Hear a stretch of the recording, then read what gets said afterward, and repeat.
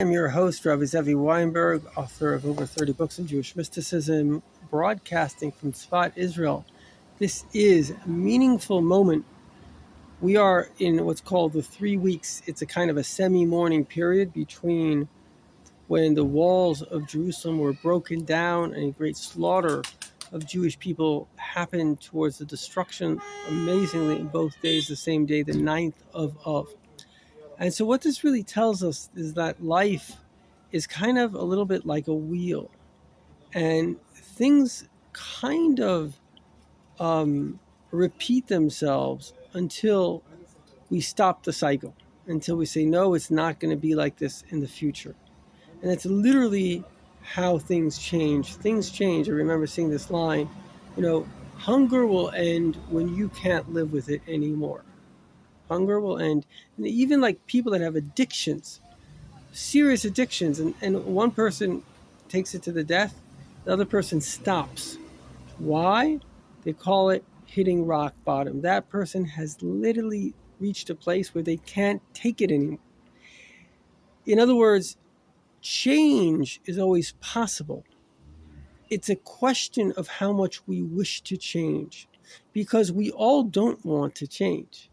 And so if you're telling somebody to change, it must be that the desire to change has to be greater than the desire to not change. And that's extraordinary desire. And so, God said, I sent you Moses, gave you good advice. You didn't listen. I sent you prophets, didn't listen. He said, then I sent you difficulties. And then you're like, God, save us. We need help.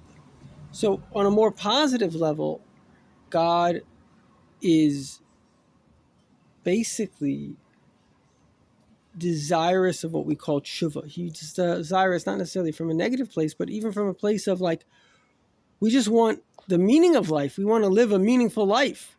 And that will motivate us to do the right thing.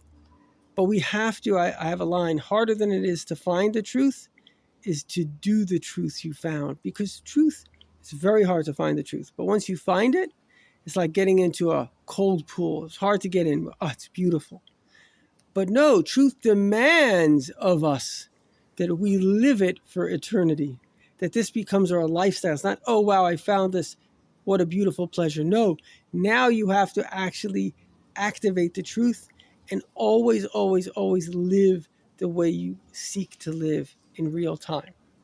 So let us hope that we get the lesson. And from this, the Beis HaMikdash will come. There'll be the Tchias HaMesim, and we'll all be living happily ever after. Thank you for watching.